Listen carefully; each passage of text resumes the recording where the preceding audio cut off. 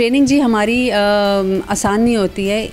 एक अच्छी मैराथन करने के लिए कम से कम आपको 2 से 3 महीने का टाइम पीरियड रिक्वायर्ड होता है। इसी तरीके से साइकिलिंग के भी किसी भी इवेंट में हिस्सा लेने के लिए आपकी प्रॉपर ट्रेनिंग जो है वो ज़रूरी होती है। इन दोनों स्पोर्ट्स के अंदर ट्रेनिंग में भी डिफरेंट टाइप की ट्रेनिंग्स होती हैं जो हफ्ते में हम एक फॉलो करते हैं।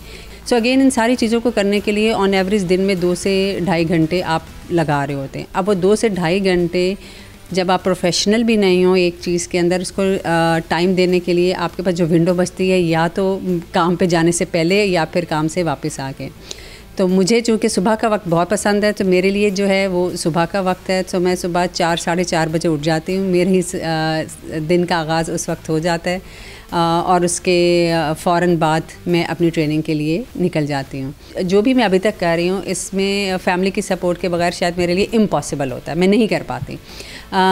जिसमें बहुत बड़ा रोल जो है वो मेरे हस्बैंड का है। तो सुबह के वक्त जैसे मैं गई होती हूँ अपनी ट्रेनिंग के लिए, तो स्कूल का टाइम जब बच्चे का होता है तो कोशिश मेरी होती है कि उसके स्कूल के टाइम से पहले आ जाऊँ। लेकिन अगेन उसमें मेरे हस्बैंड बहुत बड़ा रोल प्ले करते हैं। बेटे को उठाना, उसको वेकअप कॉल देना, देन फिर इसी तरीके से मेरे जब इवेंट्स होते हैं, चाहे लोकल हों चाहे मुल्क से बाहर हों, तभी भी हमेशा मेरे इवेंट्स को अटेंड करने के लिए मेरा बेटा और मेरे हस्बैंड आते हैं और वो मुझे सपोर्ट करते हैं।